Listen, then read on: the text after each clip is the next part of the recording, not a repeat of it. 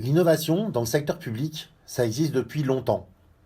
Mais l'innovation publique, au sens d'un cadre méthodologique pour innover dans l'action publique, c'est la 27e région qui l'a popularisée dans notre pays. Et donc, tout naturellement, on en a d'abord parlé dans les régions. Puis ça s'est diffusé au département et aux grandes villes.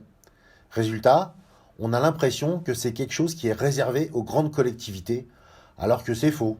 On peut tout à fait utiliser des nouvelles méthodes dans tous les niveaux de collectivité. Bien entendu, il y a des fois où les effets d'échelle marchent à plein, pour faire un site internet avec des services en ligne, ou des transports collectifs par exemple. Parfois c'est le contraire. Il arrive que ça soit plus simple dans une petite ville ou dans une petite intercommunalité, parce que les territoires sont forcément moins complexes qu'une agglomération ou une région, et que le territoire, c'est quelque chose de très important dans un projet. La raison pour laquelle le benchmark, ça marche souvent pas très bien, c'est qu'on ne peut pas reproduire l'innovation telle qu'elle. On peut s'en inspirer, mais pas la calquer sur son territoire. Parce qu'il faut prendre en considération les caractéristiques de son territoire dans son projet.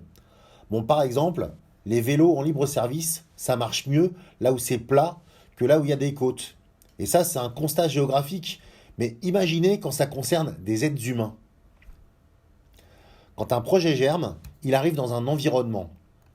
Des bénéficiaires actuels ou futurs, des acteurs publics, privés ou associatifs qui s'y intéressent, des financeurs potentiels, des opposants, des opérateurs techniques, mais aussi, pourquoi pas, des chercheurs, des artistes, sans oublier les agents qui travaillent au quotidien dans le domaine concerné.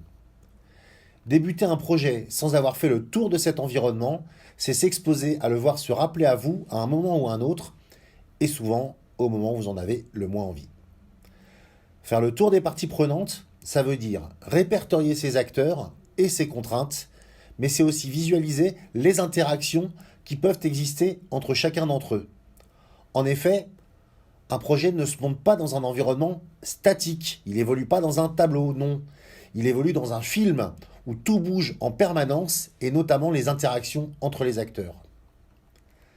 Avec une bonne cartographie des acteurs, votre compréhension du sujet n'en sera que meilleure, mais surtout, si le tour est exhaustif, vous pourrez dès le départ vous poser la question du niveau d'association des acteurs dans votre projet et vous aurez un outil de conduite du projet.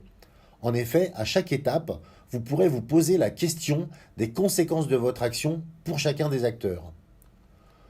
Quand vous vous poserez la question de l'association des acteurs, vous devrez regarder les deux aspects de façon complémentaire, ceux qu'on associera et ceux qu'on n'associera pas. Les premiers sont ceux qui peuvent vous apporter, tant en savoir-faire qu'en qualité. Travailler en collectif, c'est augmenter ses compétences, ses connaissances, son expertise, mais aussi bénéficier des qualités personnelles des acteurs. Philippe Durance, titulaire de la chaire de prospective au CNAM, liste les qualités demandées à une équipe qui se lance dans un projet complexe. La prise de recul par rapport aux événements, l'imagination, en complément de la raison, l'indépendance, l'esprit d'équipe, l'enthousiasme, le courage et le sens de l'humain. On pourrait rajouter la curiosité, la bienveillance. Eh bien, personne n'a tout ça à lui tout seul. Il faut donc penser à cela quand on crée son équipe. Mais vous devez aussi réfléchir aux conséquences de ne pas associer un acteur vis-à-vis de lui et de son possible pouvoir de nuisance, mais aussi de ses relations avec les autres parties prenantes du projet. Et il vous faudra organiser la collaboration des acteurs selon leur nombre, mais ça, nous en avons déjà parlé la semaine dernière.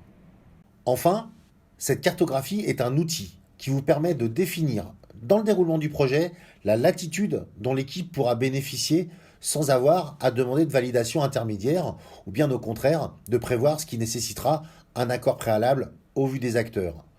Vous aurez anticipé les limites auxquelles vous pourrez vous confronter. Bref, vous bénéficierez d'un panorama du contexte du projet qui sera le décor de votre innovation.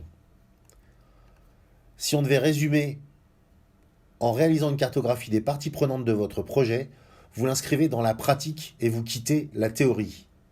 Car même si en théorie tout se passe bien, votre innovation, elle, a vocation à être pratique.